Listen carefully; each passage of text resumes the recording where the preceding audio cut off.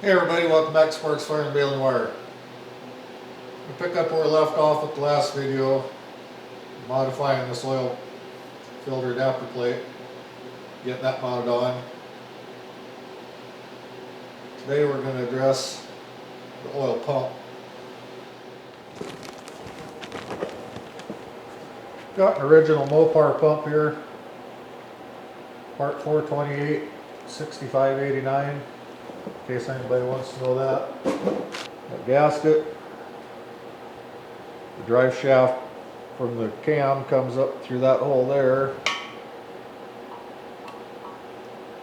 So the pump mount right on there like so. But we're not ready for that yet.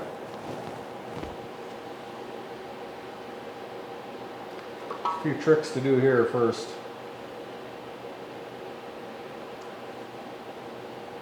Main one's going to be to clean up these ports. Again, same as everything else, you want to make the flow of any oil through here as smooth as possible.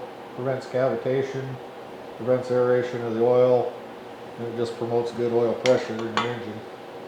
Get this main cap pulled off because you need that over at the bench.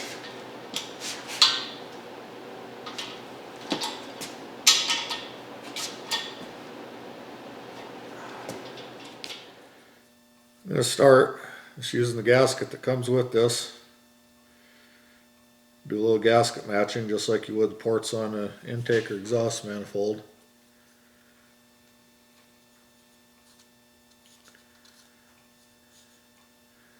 Pump side lines up pretty good already.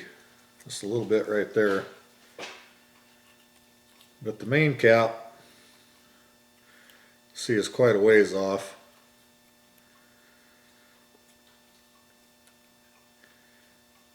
And all this will be doing really is just blending it. You don't want to get wild and carried away here, especially on the main cap.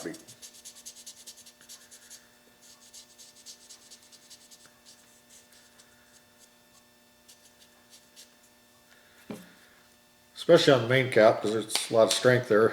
You gotta remember you're holding your crankshaft in with that too. So just very slightly blend that in around there. Be a little bit more aggressive on here because this is right where it goes into the pump. And that's a sharp edge right there. So we're just going to knock that off, give it a nice smooth rounded flow there, and knock down the casting marks. But before we do that, we got to get this pump taken apart.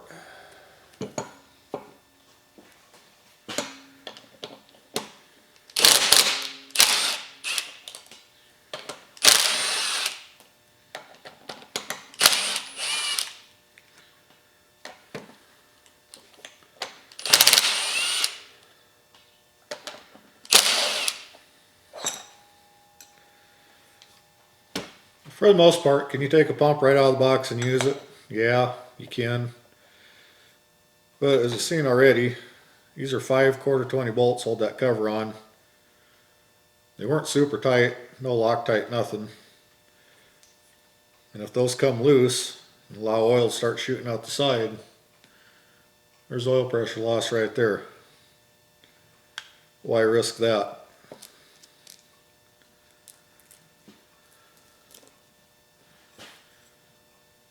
Guess there's a little bit of rust there.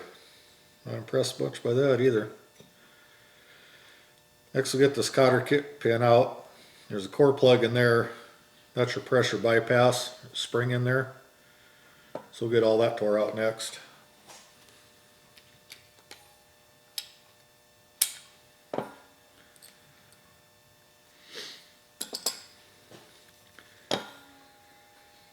Now to get this core plug out, that's sacrificial. We're going to have to drill a hole in that with a little sheet metal screw and then get it pried out.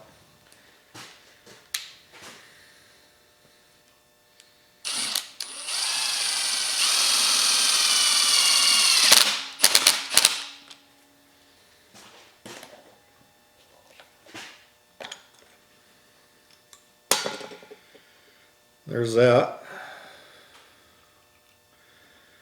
There's the spring. There's the spool for the valve.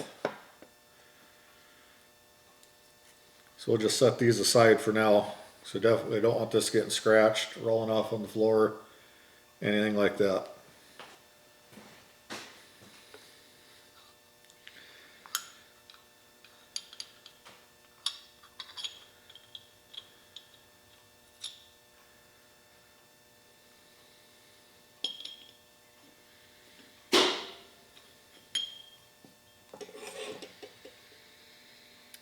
Now we're down to bare casting.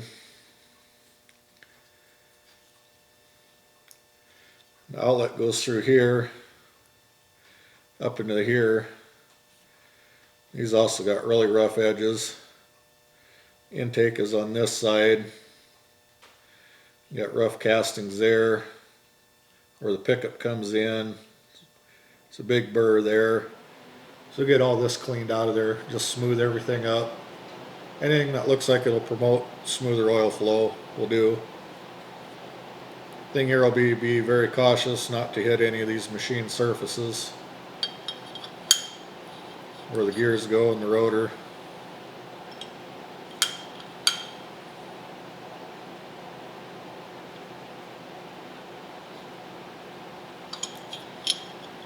So we'll set these aside for the time being too.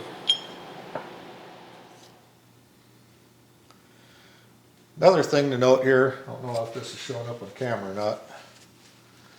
I got this bowl cleaned out using a die grinder and a small stone, a carbide burr to get in there. Got that passageway nice and smoothed out now. But the other thing, that machine surface where this sits on the main cap is fairly rough.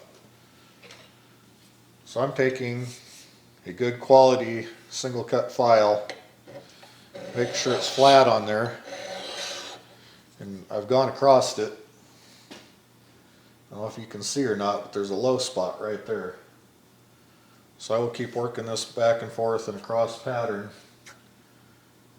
until I get a nice smooth surface all the way across there. I'm also taking, supposed to use a precision machinist edge, which I don't have, but I do have some nice ground parallels that go in my vise for the mill. So I can put them on there and check it with this feeler gauge. This is 1/1000th feeler gauge. And I'm good here. But if you can slide that under anywhere, which it won't quite go under, but it starts. So I know I got a little bit of work to do there yet, plus I can see it.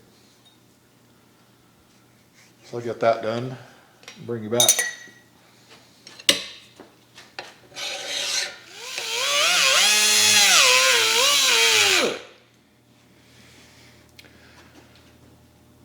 Not gonna lie to you, this is a little nerve-wracking. Gotta take your time. You don't want your stone or carbide. I've been switching back and forth depending on what works best. Also using a small set of files to get in real tight spaces. But the last thing you want is that stone or burr to catch on something and take off across your machine surface in the bottom of this pump or hit the edge. That's a quick way to ruin a good pump.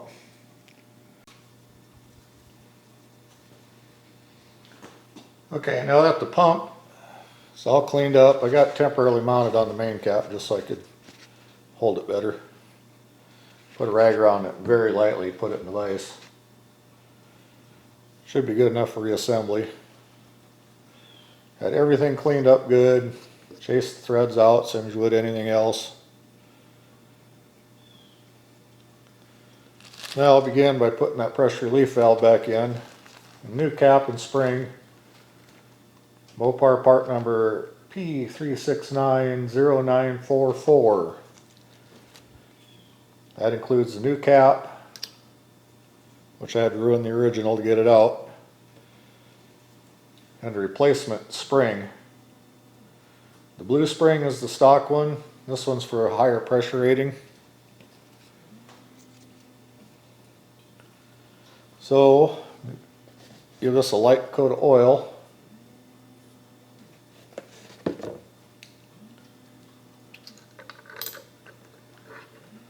Slide that in. Now the cap can go in after I wipe my fingers off. It's important the cap goes in with the back side out. If you put it the other way, it'll push that spring in about that much further, and it'll basically not give you any pressure relief at all, because that spring will be pushed so tight there's nowhere for it to go. So make sure you get it in the right way. You can just tap it in.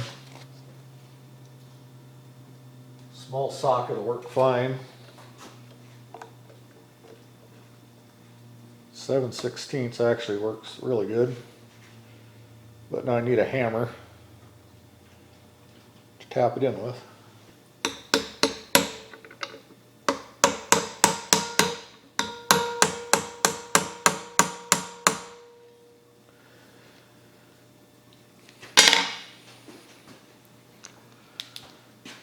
Another thing, you only want to tap that in far enough for that cotter pin to go through, because the further you tap it in, same thing, the more pressure will put on that spring.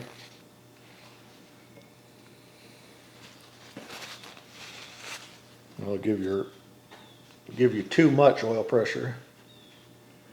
That's not quite far enough yet.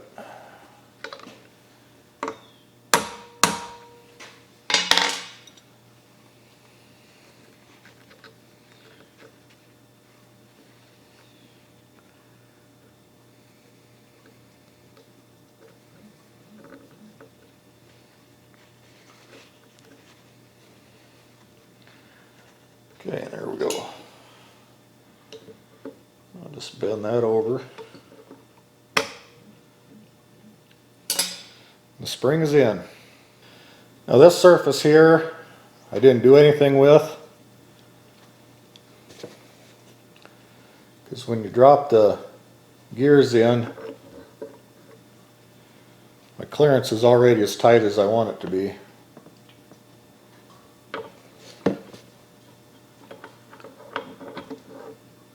So if I'd have taken anything off that housing, it would have made that clearance even tighter, which we do not want here.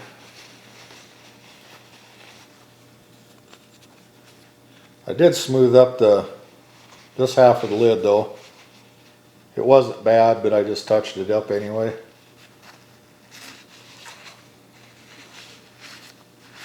So now we're ready to put that lid on.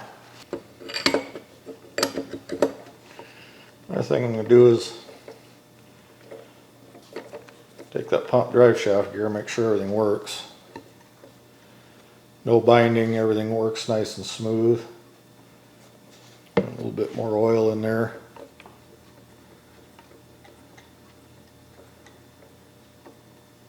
That thing runs really smooth.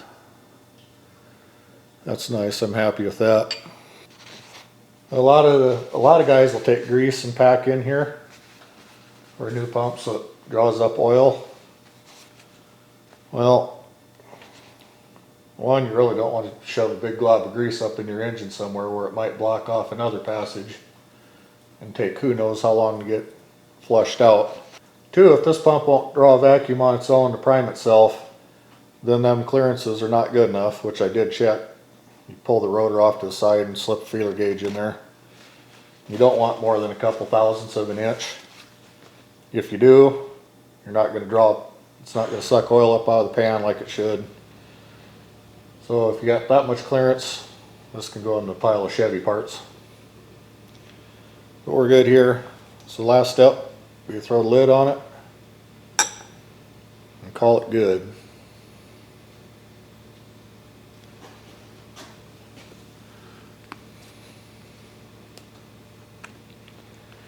There's nothing on these bolts from the factory.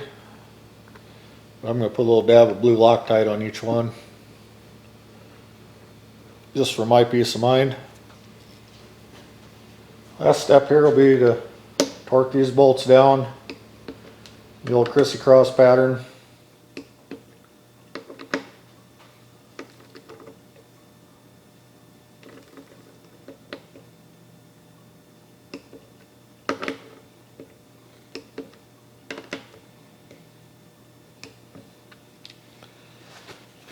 I got on the old interweb and it says torque these bolts, quarter 20 bolts, 76 inch-pounds. So that's what I did. I'll go through them one more time.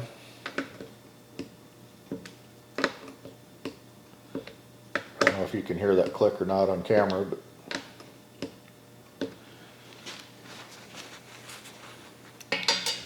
then we're torqued down. I'll give it one final spin by hand, make sure nothing's binding.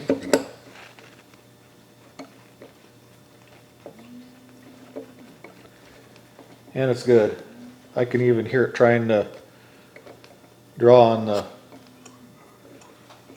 oh yeah, it even sucks my finger to the port. So I'm going to sleep good at night knowing that that is ready to go. So now we'll move on to the next thing.